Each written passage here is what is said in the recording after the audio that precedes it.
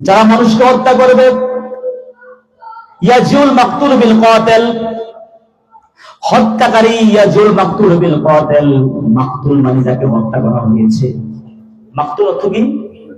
যাকে হত্যা করা হয়েছে। আর কাতিল মানে কি? যে হত্যাকারী। কাতিল মানে কি? হত্যাকারী। প্রিয় ভাইরা, আজকেও দেখেছি একজন মানুষকে হত্যা করা হয়েছে। লিখেছে একজন একদল করে, আরেকজনে আরেকদল, অথবা একই দলের কোন দল, একই দলের মধ্যে কি কোন দল, ঝগড়া, একই দলের বিপক্ষ, মেরে ফেললো। যাকে হত্যা করা হলো সে হলো মাকতুল, আর যে হত্যাকারী সে হলো কাতিল, হত্যাকারী। সকলে জবাব দেন, দুনিয়ার মধ্যে যে হত্যা করে তার শক্তি বেশি নাকি যাকে মারা হয় তার শক্তি বেশি? শক্তি কার বেশি? যে হত্যা করে তার শক্তি কি বেশি, ঠিক না?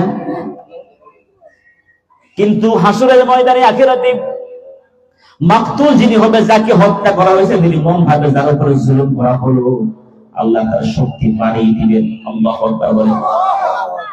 নাসিয়াতু আওদাজু তাশহাবু তামান। দুনিয়াতে যে জালেম ছিল, হত্যাকারী ছিল, তার সামনের চুলের মধ্যে ধরবে, সামনের চুলের মধ্যে ধরে ওই হত্যাকারীকে সামনের চুলে ধরবে, ধরে এমন জোরে টান দিবে, টানের সাথে সাথে নাকে মুখে দিয়ে রক্ত বের হবে। হাত আলা আরশ, শেষ পর্যন্ত আল্লাহর দরবারে আরশের কাছে নিয়ে যাবে, গিয়ে বলবে, আল্লাহ, এই লোকটা আমাকে অন্যায় ভাবে গুলি করেছিল, এই লোকটা আমাকে অন্যায় ভাবে পিটিয়ে পিটিয়ে হত্যা করেছিল।